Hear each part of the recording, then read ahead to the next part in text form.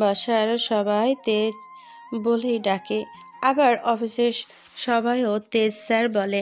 আবরার মুচকি হেসে আচ্ছা বলে দোতলায় হাঁটা ধরে। মা ঠিক বলেছে, এখন গোসল করলে ভালো লাগবে।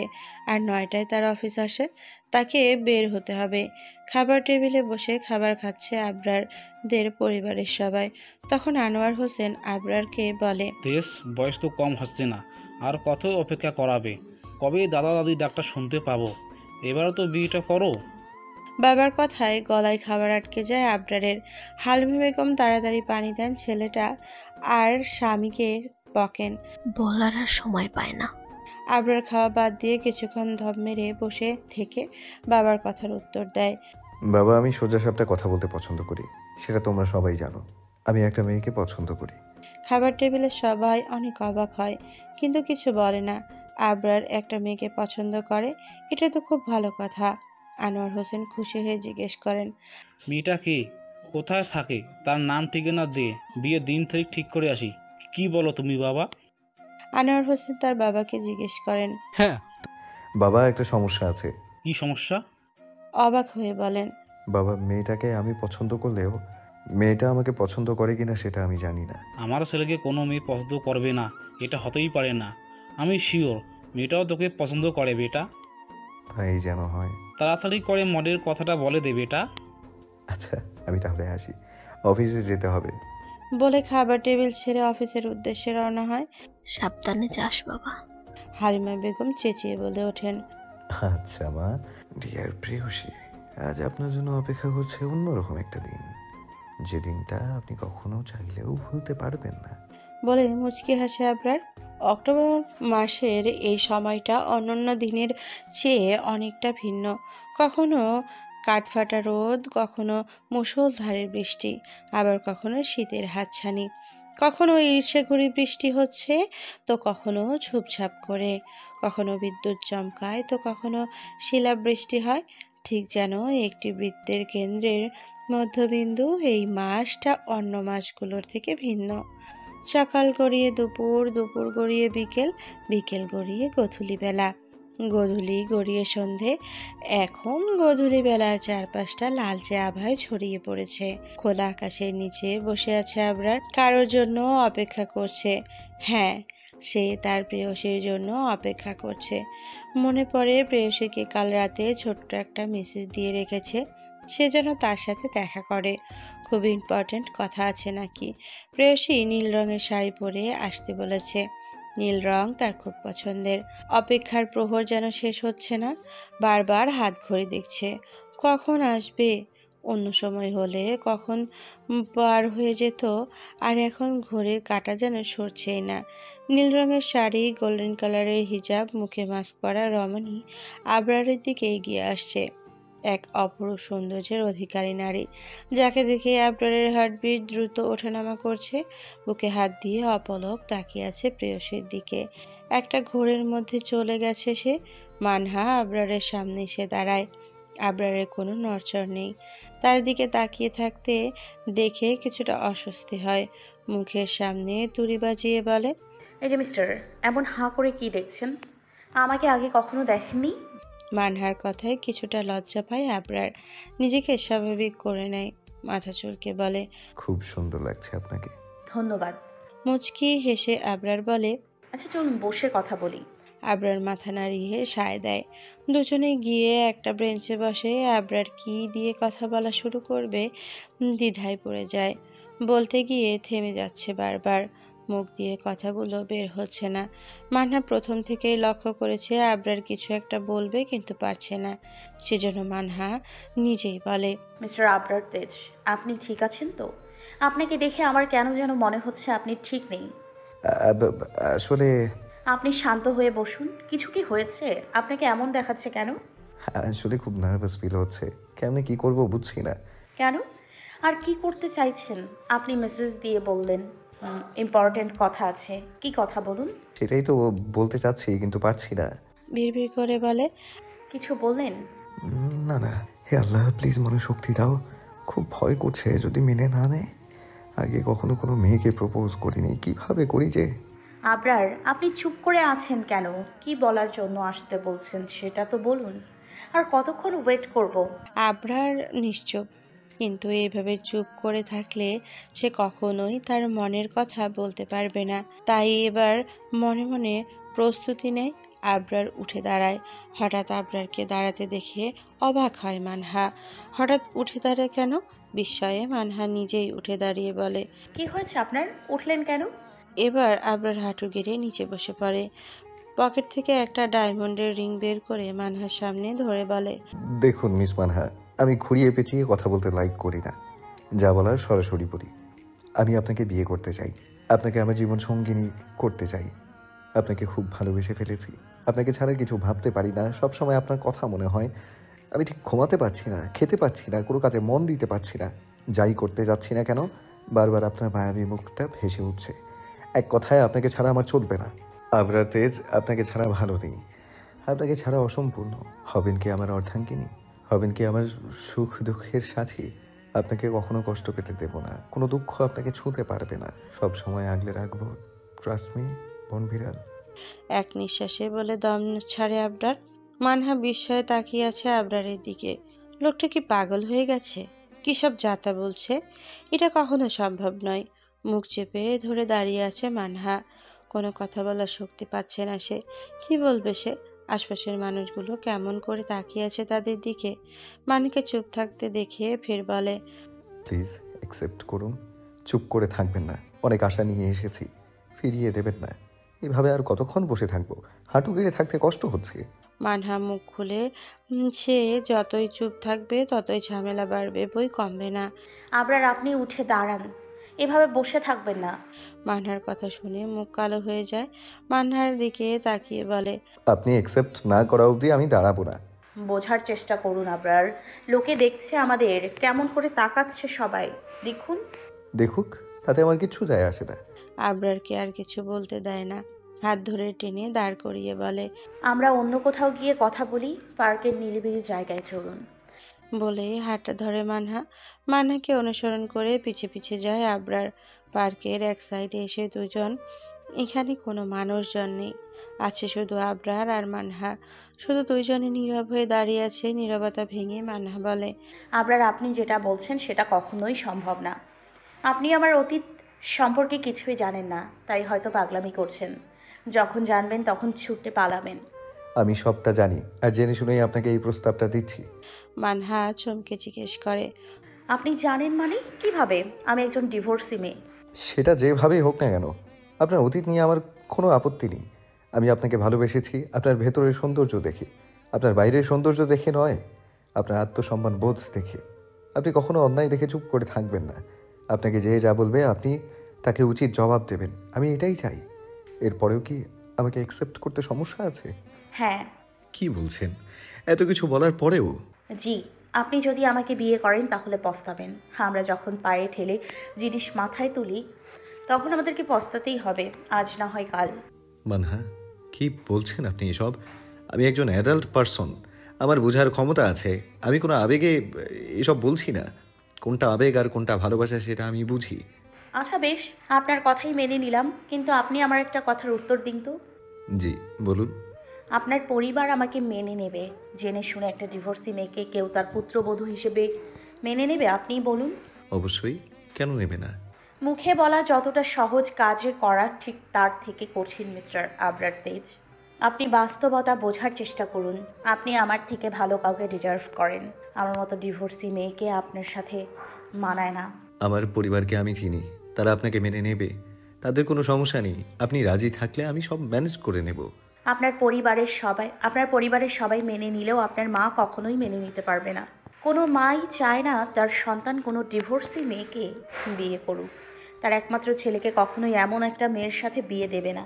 আমার মা অনেক ভালো মানুষ, তোমার কথা বলে কখনোই না করবে না। তোমাকে অনেক পছন্দ করে মা।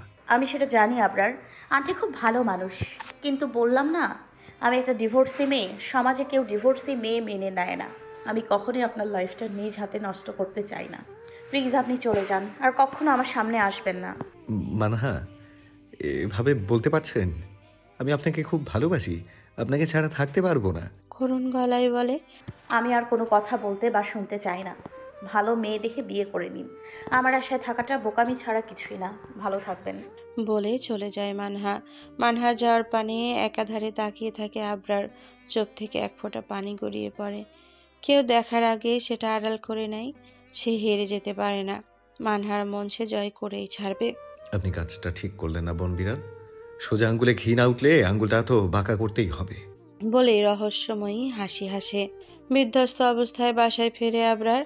নিজেকে বড্ড অসহায় লাগছে। যেখানে সব মেয়ে তার জন্য পাগল, সেখানে একটা মেয়ে তাকে পাত্তা দিল না। ভাবতেই অবাক করা বিষয়। সেই দিনের পর আর মানহার সাথে দেখা হয়নি আবরারের। অফিসের কাজে খুব ব্যস্ত হয়ে পড়ে আবরার। খাওয়ার সময় পর্যন্ত পাচ্ছে না। আজ সন্ধ্যায় একটা মিটিং আছে তাদের, সেটার জন্য প্রস্তুতি নিচ্ছে। এই ডিলটা পেলে তাদের কোম্পানির জন্য অনেক ভালো হবে। সেজন্য দিন রাত 24 ঘন্টা তার পিছে ব্যয় করছে। সমস্ত ফাইল চেক করছে। এই ডিলটা কিছুতেই হাতছাড়া করতে চায় না সে। সন্ধ্যা 7টায় একটা রেস্তোরাঁয় গিয়ে পৌঁছায় আবরার আর তার প্রিয় ঈশান। আবরার নিজের এই ডিলটা হ্যান্ডেল করবে বলে কাউকে এর দায়িত্ব দেয়নি। সেখানে আগে থেকেই তাদের জন্য অপেক্ষা করছে চৌধুরী গ্রুপ অফ ইন্ডাস্ট্রির চেয়ারম্যানের মেয়ে তিশা চৌধুরী। আবরার সেখানে গিয়ে দাঁড়ালে তিশা উঠে দাঁড়িয়ে বলে। মিস্টার তেজ, প্লিজ দাঁড়িয়ে না থেকে বসুন। আবরার ধন্যবাদ বলে নিজের সিটে বসে পড়ে। কিছুক্ষণ চুপ থেকে বলে, চলুন তাহলে কাজের কথায় যাওয়া যাক। আমার হাতে বেশি সময় নেই। মিস্টার তেজ, ডিল সাইন করার আগে আপনার সাথে অন্য একটা ডিল করতে চাই। যদি আমার প্রথম ডিলে রাজি হন তাহলে আমি পেপারে সাইন করব, তার আগে নয়। বলে মুচকি হাসে। তিশার কথায় অবাক হলেও কিছু বলে না। আচ্ছা, কি ডিল বলুন। শুনুন, আমি ভনিতা করা মোটেও পছন্দ করি না, তাই সোজাসুজি বলছি। প্রথম দেখাতেই আপনাকে আমার পছন্দ হয়েছে। আপনাকে আমার লাইফ পার্টনার করতে চাই। হোয়াট? রাগে হাত মুষ্টিবদ্ধ করে নেয়, রাগ কন্ট্রোল করে বলে। আপনাদের সাথে কথা কাজ তো এটা ছিল না মিস তিশা।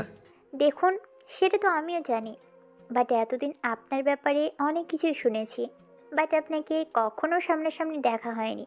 অবশ্য দেখা হতো যদি আমি বিদেশে থাকতাম। এখন বলুন, আপনি কি রাজি আছেন? পাশ থেকে ঈশান কিছু বলতে গেলে ইশারায় থেমে যায় বলে আবরার।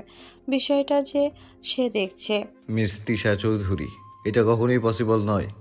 মানুষকে ভালো লাগতেই পারে, তাই বলে সবাইকে তো আর লাইফ পার্টনার করা যায় না। তাচ্ছিল্য হেসে বলে। আপনি কি মিন করতে চাইছেন মিস্টার তেজ? আপনার আর আমার যদি বিয়ে হয় তাহলে দুই পরিবারেরই ভালো হবে। বিশেষ করে আমাদের বিজনেস অনেক লাভ করবে। আমরা যে বিষয়ে এখানে এসেছি সেটা না করে অন্য প্রসঙ্গ টেনে না আনাই ভালো, না মিস তিশা? সরি মিস্টার তেজ, আপনাদের কোম্পানির সাথে আমি ডিল করতে পারবো না। আপনি যদি আমার শর্তে রাজি থাকেন তাহলে আমি সাইন করব। ওকে ফাইন, লাগবে না আপনাদের সাইন করা। আমিও করতে চাই না আপনাদের মতো মানুষদের সাথে। ভেবে বলছেন তো? আপনাদের কোম্পানির কিন্তু অনেক ক্ষতি হবে। সামান্য এতটুকু ক্ষতিতে আমাদের কোম্পানি কিছু হবে না ইনশাল্লাহ। ভালো থাকবেন, আসি।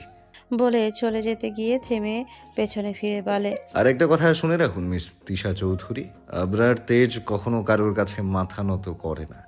তিশা চৌধুরীকে অপমান করা, এটা মেনে নেওয়া যায় না। এর ফল ভালো হবে না মিস্টার তেজ। তিশার পিয়ে আরাফ বলে। ম্যাম প্লিজ শান্ত হন, আপনাকে সবাই দেখছে, কেমন করে তাকিয়ে আছে দেখুন। তিশা চারপাশে তাকিয়ে দেখে সবাই তার দিকে ড্যাব ড্যাব করে চেয়ে আছে। টেবিল থেকে ব্যাগ নিয়ে রেস্তোরাঁ থেকে বেরিয়ে যায় তিশা। নিরিবিলি গাড়ি ড্রাইভ করছে আবরার। তার পাশে চুপ করে বসে আছে ঈশান।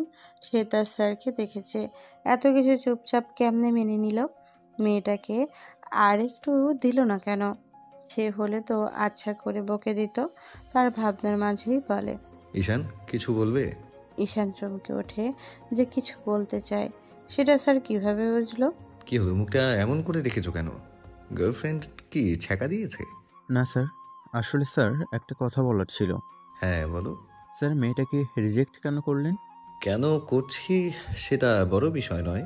মেয়েটাকে দেখে তোমার পছন্দ হলে আমাকে বলতে পারো, তার সাথে বিয়ের ব্যবস্থা করে দিব। স্যার, এসব আপনি কি বলছেন? এমন ছেঁচড়া গায়ে পড়া মেয়েকে আমার কিভাবে পছন্দ হতে পারে? দেখলেন না মেয়েটা কেমন শর্ট ড্রেস পরে আসছে? এমন মেয়েকে আমার ভালো লাগে না। আর প্রথম দেখায় কিভাবে আমাদের সাথে এমনটা করতে পারলো, বিষয়টা কি ভেবে দেখেছেন? বাহ, তোমার তো দেখি সব দিকেই খেয়াল আছে। Good job. মেয়েটার ব্যাপারে আর একটা কথাও বলবে না। যদি বলো তো দিনার সাথে ব্রেকআপ করিয়ে দিব। প্লিজ স্যার, এমন করবেন না। আমি আর একটা কথাও বলবো না, এই মুখে হাত দিলাম। বলে আঙ্গুল দিয়ে ঠোঁট চেপে রাখে। আবরার ঈশানের অবস্থা দেখে মুচকি হাসে। ডিলটার জন্য তার অনেক খারাপ লাগে। 2টা দিন খেয়ে না খেয়ে কাজ করেছে। অবশ্য মানহার জন্য এমন হাজারটা ডিল চলে গেলেও তার কিচ্ছু যায় আসে না। মানহার কথা মনে পড়লে মুচকি মুচকি হাসে। আবরারকে হঠাৎ করে হাসতে দেখে ঈশানের খটকা লাগে। স্যার কেন হাসছে? নিশ্চিত কিছু একটা ঘাবড়াচ্ছে। ঈশান কিছুটা সাহস জুগিয়ে বলে। স্যার, যদি কিছু মনে না করেন আর একটা কথা বলবো। ঈশানের দিকে তাকায়। আবরারের তাকানো দেখে বলে, থাক থাক স্যার, কিছু বলছি না। কি বলবে বলো। সত্যি বলবো স্যার। ভনিতা বাদ দিয়ে বলো ঈশান। স্যার, আপনি কি প্রেমে পড়েছেন? ঈশানের কথায় গাড়ি জোরে ব্রেক করে। ঈশানের দিকে তাকিয়ে বলে, কি বললে তুমি? আসলে স্যার, আপনাকে দেখে মনে হলো আপনি প্রেমে পড়েছেন। যার প্রেমে পড়েছেন তার কথা মনে করেই মুসকি মুসকি হাসছেন। ও। আবরারের ব্যবহারে টাসকি খেয়ে যায় ঈশান। শুধু ওহ বলল। ব্যাপারটা কি? এখন যদি জিজ্ঞেস করে তাহলে তার কপালে বহুত দুঃখ আছে। তাই চুপ থাকায় শ্রেয় বলে মনে হয়। নীরা কখন থেকে মানহার জন্য অপেক্ষা করছে। মানহা আসলে তারা বাসা থেকে বের হবে। এখন মানহাকে নিয়ে তাদের বাসায় যাবে। তার কিছু বই সেখানে আছে। মানহা যেতে রাজি হয় না, কিন্তু নীরার জেদের কাছে হার মানতে হয়। তাকে ছাড়া সে যাবে না। বিকেলের মধ্যে চলে আসবে। মানহার যে রুমে তৈরি হচ্ছে, শুধুমাত্র অয়ন ভাইয়ের জন্য সেইখানে যেতে হচ্ছে। শোরুমে অনেক ভিড়, সে নাকি যেতে পারবে না। আজ ফ্রাইডে হওয়ায় চাপ বেশি। ছুটির দিনে সবাই কেনাকাটা করতে যায়। অগত্যা রেডি হয়ে নিচে নেমে আসে মানহা। দেখে নীরা আর তানসি দুজনেই তার জন্য অপেক্ষা করছে। 3জনে বেরিয়ে যায় বাসা থেকে। উদ্দেশ্য তাদের আয়নের শ্বশুরবাড়ি। মানহা, নীরা, তানসি 3জনে জর্জের 3 পিস পরেছে। তার সাথে ম্যাচিং হিজাব। 3জনেরই মুখ ঢাকা। কেউ দেখলে চেনার উপায় নেই তারা কারা। সেজন্য 3জনই ভিন্ন রকম সেজে বের হয়েছে। তারা গাড়ি নেয়নি। গাড়ি বাবা আর চাচু নিয়ে গেছে। তাদের একটাই গাড়ি আর 2টা বাইক। 3জনে একটা অটোতে উঠে পড়ে। অটোওয়ালা জিজ্ঞেস করে, কোথায় যাবেন? নীরা উত্তরা বলে। লোকটা নিজের মতো অটো চালাতে ব্যস্ত। অটোর ভিতরে 3জনে গল্প করতে করতে পৌঁছে যায় নীরাদের বাসায় সামনে। অটো থেকে নেমে পড়ে 3জন। নীরা ভাড়া মিটিয়ে তার সাথে আসতে বলে। হাঁটতে হাঁটতে মানহার মনে পড়ে যায় সেই দিনের কথা। সেদিন মার্কেটে যাওয়ার কথা থাকলেও আবরারের জন্য আর যাওয়া হয় না। সেদিনের পর আর দেখা হয়নি তাদের। নীরার ডাকে ভাবনায় ছেদ পড়ে মানহার। নীরা পেছনে পেছনে বাড়ির ভেতরে ঢোকে। সেখানে গিয়ে আরেক বিপত্তি ঘটে। যদি আগে থেকে জানতো এমন কিছু হতে পারে, তাহলে কখনোই আসতো না মানহা। মিনিট 10 হয়েছে মানহারা আবরারদের বাড়িতে এসেছে। ড্রয়িং রুমে বসে চারপাশটা দেখছে। নীরার মা হালিমা বেগম তাদেরকে বসিয়ে রেখে গেছেন চা নাস্তা আনতে। নীরা আর তানসি কথা বললেও মানহা বলে না। সে চুপ করে আছে। সে আছে গভীর ভাবনায়। আবরার যদি সামনাসামনি বেঁধে যায় তখন কি করবে? তাদের বাড়ি এসে তাকে অ্যাভয়েড করা কেমন একটা হয়ে যায়। নীরা অনেকক্ষণ ধরে খেয়াল করছে মানহা আসার পর থেকে কেমন চুপচাপ হয়ে আছে। কিছু একটা ভেবে মুচকি হাসে নীরা। সে তো খুব ভালো করেই জানে তার মানহাপু কেন এমন করে আছে। নীরা মনে পড়ে যায় সেদিনের কথা, যখন আবরার ফোন দিয়ে তাকে সব বলে। আর আজ তার ভাইয়ের কথা মতো মানহা তাকে তাদের বাড়িতে আনছে। পরিকল্পিতভাবে প্ল্যান করে এখানে আসছে। মানহা যদি কোনো মতে জানতো তাহলে কখনো আসতো না। তাই তো এত লুকোচুরি। নীরা ভাবনার ছেদ পড়ে মানহার কথায়। তোমার আবার কি হলো? এমন করে তাকিয়ে আছো কেন? আগে কখনো দেখোনি নাকি? আজকে একটু বেশি সুন্দর লাগছে। কোনটা ভ্রু নাচিয়ে বলে। মানহার কথায় ভেবাচেকা খেয়ে যায় নীরা। আমতা আমতা করে বলল, তুমি চুপচাপ আছো কেন? তাই দেখছিলাম আর কি। নীরার কথার পরিপ্রেক্ষিতে মানহা কিছু বলে না। তার আগেই হালিমা বেগম চলে আসেন। তিনজনের হাতে চা দিলেন, সাথে বিস্কুটও দিলেন। সেগুলো খেয়ে নীরা আর রুমাকে নিয়ে যায়। নীরা রুমে গিয়ে তানসি ধপাস করে বিছানায় শুয়ে পড়ে। তানসির কাণ্ডে হেসে ওঠে দুজনে। দুজনকে হাসতে দেখে তানসি নিজেও হো হো করে হেসে ওঠে। ছাদে একা দাঁড়িয়ে আছে মানহা সেই কখন থেকে।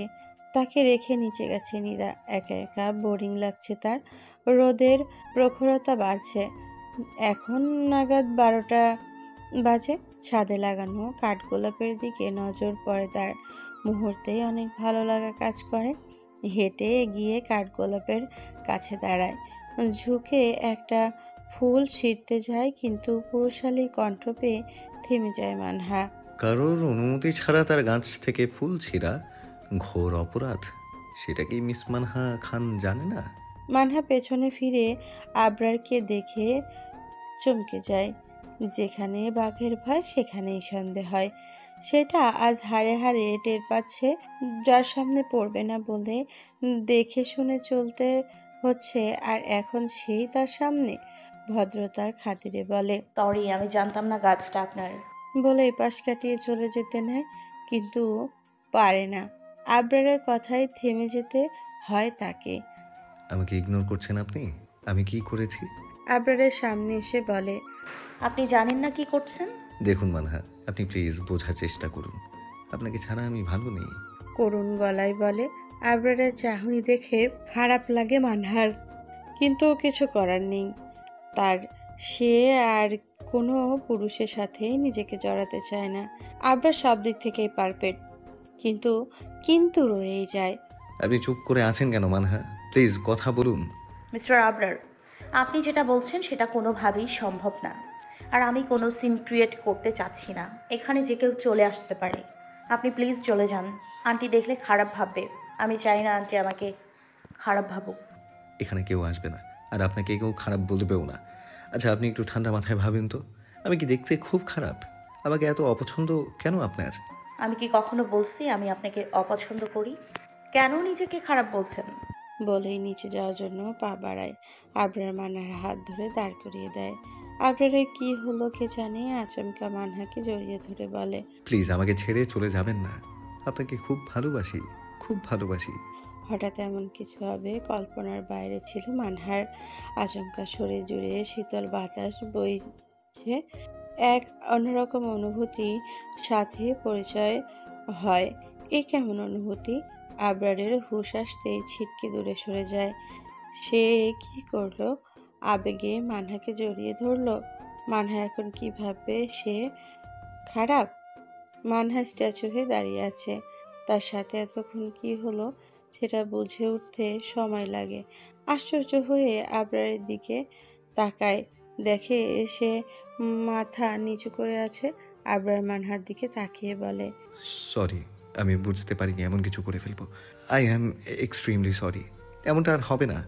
বলে গটগট পায়ে হেঁটে চলে যায়। মানহা বিস্ময়ে এখনো আবরারের যাওয়ার পানে চেয়ে থাকে। এমন একটা আপত্তিকর ঘটনা ঘটবে কখনো বুঝতে পারেনি। এমন কিছু ঘটবে বা ঘটতে পারে যদি বুঝতো তাহলে কখনোই আসতো না। বিকেলে বাসায় চলে আসে তিনজনে। সেই ঘটনার পর থেকে মানহা চুপচাপ হয়ে গেছে, কারোর সাথে কথা বলেনি। বিকেল পর থেকে রুম থেকে বের হয়নি। সন্ধ্যার পর নীরা এসে ডাকলেও সায় দেয়নি। নীরা বুঝতে পারছে কিছু একটা হয়েছে। তানিয়া বেগম রাতের খাবার খাওয়ানোর জন্য ডাকলেও বলেছে তার খিদে নেই, খাবে না। সারা রাত এপাশ ওপাশ করে চোখে কিছুতেই ঘুম আসছে না। বারবার তখনকার ঘটনা চোখের সামনে ভেসে উঠছে, কিছুতেই ভুলতে পারছে না। কেন এমন হচ্ছে তার? এভাবেই কখন ঘুমিয়ে পড়েছে টের পায় না। রাত 1টা। আবরার এখনো বিছানায় যেতে পারেনি। তার ভেতরে অস্থিরতা কাজ করে। সে খুব ভুল করে ফেলেছে। মানহাকে সে স্পর্শ করেছে, সে তো এমনটা করতে চায়নি। মানহাকে সে হালাল করে পেতে চায়। এই অস্থিরতার কারণে সারাটা রাত ঘুম হয় না তার। ভোর রাতে চোখটা একটু লেগেই আসছিল। হজরের আজান কানে আসতেই ধরফরিয়ে উঠে বসে। নামাজ পড়ার জন্য ফ্রেশ হয়ে অজু করে জায়নামাজে দাঁড়ায়। নামাজ শেষ করে বেলকনিতে দাঁড়ায়, চারপাশটা কুয়াশায় ঢেকে গেছে। আগের থেকে অনেকটা বেশি কুয়াশা পড়া শুরু করেছে। অক্টোবর হতে চললেও কুয়াশা তো পড়বেই। দূর থেকে একজোড়া শালিক পাখি দেখা যায়, দুজন দুই দিকে মুখ করে বসে আছে। সেটা দেখে আবরার হেসে উঠে বলে, খুব অভিমান হয়েছে তাই না তোদের? অভিমান না রেখে দ্রুত মিটিয়ে নে, নইলে সম্পর্কের মধ্যে দূরত্ব বেড়ে যাবে। একটু পরেই শালিকের জোড়া মুখোমুখি হয়ে যায়। আবরারের অনেক ভালো লাগছে, কি সুন্দর তারা মিলে গেল। মানহা যদি তার মনের কথাগুলো বুঝতো, তাহলে কত সুন্দর একটা সংসার হতো। একজোড়া শালিকের মতো তাদেরও টোনাটুনি সংসার হতো। কিন্তু সে তো এখনো ঢের দেরি আছে। তার বনবিড়াল এখন কোনো পুরুষকে টাচ করতে পারছে না, কিন্তু তার বিশ্বাস বনবিড়াল তার ভালোবাসা ঠিকই বুঝবে খুব তাড়াতাড়ি। আজ বিকেলে হবে খেলা বনবিড়াল, আজ বিকেল থেকে শুরু তোমাকে আমার করে পাওয়ার খেলা। তোমাকে যে আমার হতেই হবে, আমায় ছাড়া তুমি আর কারোর হবে না। It's my promise. এটা আমার কাছে আমার প্রমিস। তোমাকে আমার করেই ছাড়বো ডিয়ার বনবিড়াল। বলে মুচকি মুচকি হাসতে থাকে। এখন যদি তাকে কেউ দেখতো, তাহলে সে বলবে সে পাগলের মতো হাসছে কেন। সে তো পাগল তার বনবিড়ালের প্রেমে। তার বনবিড়ালের প্রেমে হাবুডুবু খাচ্ছে। বনবিড়ালের মন জয় করার জন্য নিজেকে তৈরি করে নেয়। দুপুরের পর থেকে খুব বৃষ্টি হচ্ছে, সাথে খুব বাতাস হচ্ছে, আবার বিদ্যুৎও চমকাচ্ছে। খানবাড়ির পিচ্চি সদস্যগুলো প্ল্যান করেছিল তারা সবাই ঘুরতে বের হবে। আয়ান সবাইকে ট্রিট দেবে। সকালে রাজি ছিল, বাট হুটহাট করে বৃষ্টি শুরু হয়ে তাদের সব প্ল্যান ভেস্তে গেল। এই নিয়ে দুঃখের শেষ নেই তাদের। দুপুর থেকে বৃষ্টি হচ্ছে, তো থামার নামগন্ধ নেই। এখন প্রায় 5টা বাজতে চলল। সকালে মানহার রুমে এসে আড্ডা দেয়। বাইরে যেতে পারলো না তো কি হয়েছে, বাড়িতেই তারা আনন্দ উল্লাস করবে। সেই মোতাবেক সবাই মানহার রুমে হাজির হয়েছে। এখন কি খেলা করবে সেটাই ভাবছে। সবাই যখন ভাবতে ব্যস্ত, তখন মানহা চিল্লিয়ে বলে। পেয়েছি। সবাই অবাক হয়ে বলে, কি পেয়েছিস? খেলা। কি খেলা? গানের কলি। এটা খেলে খুব মজা হবে, বাট খেলাটা হবে 2 দলে। আমরা মেয়েরা একটা দল আর তোমরা ছেলেরা একটা দল। কি বলো সবাই? হ্যাঁ, কিন্তু আয়ন বলে। মানহা জিজ্ঞেস করে, কিন্তু কি ভাইয়া? কিছু না, ঠিক আছে। আচ্ছা তাহলে শোনো, প্রথমে টস করা হবে। যাদের প্রথম দান করবে তারা গান ধরবে এবং গানের লাস্টের অক্ষর দিয়ে পরবর্তী গান ধরা হবে। ওকে? ওকে ওকে, তাহলে শুরু করা যাক।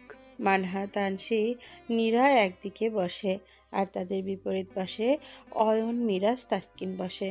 5 টাকার কয়েন দিয়ে টস করা হয়। অয়নরা শাপলা আর মানহারা সেতু। কাদের প্রথমে পড়ে সে নিয়ে কি উত্তেজনা তাদের মাঝে। মিরাজ তো বারবার বলছে তাদের শাপলা পড়বে।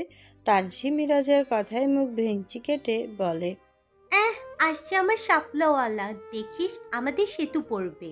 মিরাজ সেও কম যায় না, সেও বলে, দেখ তানু বেবি, মুখ ভাঙাবি না, বলে দিলাম। মানহা বুঝতে পারে মিরাজের ঝগড়া কোথায় গিয়ে দাঁড়াবে, তাই আগে ভাগে থামিয়ে দেয় দুজনকে। মানহা কয়েন বা উপরে উঠিয়ে নিজের হাতের মাঝে ধরে ফেলে। তারপর ওপরের হাত সরিয়ে দেখে সেতু পড়েছে। তানসি চেঁচিয়ে বলে, দেখলি মিরাজ জেনে, তোকে বলেছিলাম না আমরাই পাবো। খোলা শুরু হয়ে যায়। তানসি না দিয়ে ধরে। মিরাজ লাফ মেরে বলে, না রে না, আর তো পারে না। এই থাম তুই, তোকে আর বলতে হবে না, যা গলা তোর। তানসি বলে ওঠে। মিরাজ খেপে ওঠে। শর্ত সাপেক্ষে লাস্টের অক্ষর দিয়ে মানহাদের বলতে হবে, আবারও ন দিয়ে। তিনজনে ভাবতে থাকে তিনি, কিন্তু মনে পড়ছে না। তানসি ন দিয়ে মিরাজের গাওয়া গানটাই পারত। এখন কি করবে, নখ কামড়াতে থাকে। খানিক পরে মানহা বলে, আমি পারবো। তানসির চোখ চকচক করে ওঠে। আপু তাড়াতাড়ি বলো।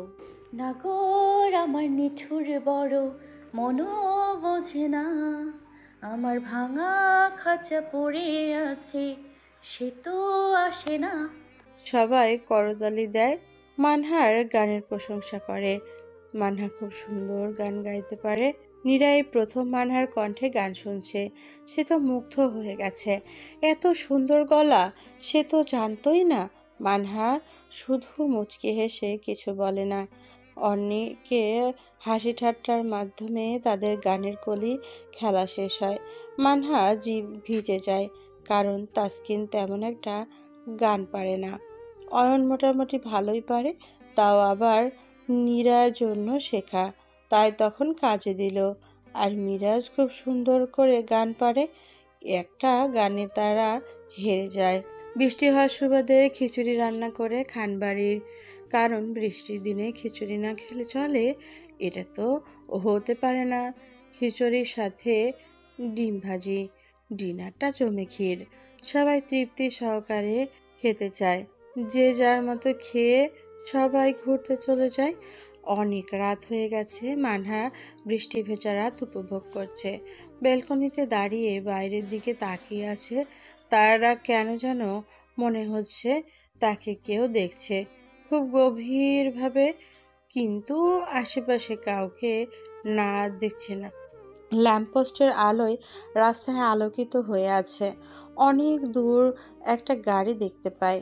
মেন রাস্তায় এমন গাড়ি থাকবেই এটা কে না জানে, কিন্তু মনের ভিতরে কেমন খচখচ করছে। হঠাৎ লক্ষ্য করে তাদের বাসার নিচে কেউ একজন দাঁড়িয়ে আছে, ঠিক তার রুমের বরাবর। কিন্তু কে? এত রাতে কে হতে পারে? খুব কৌতূহল জাগে নিজের মধ্যে।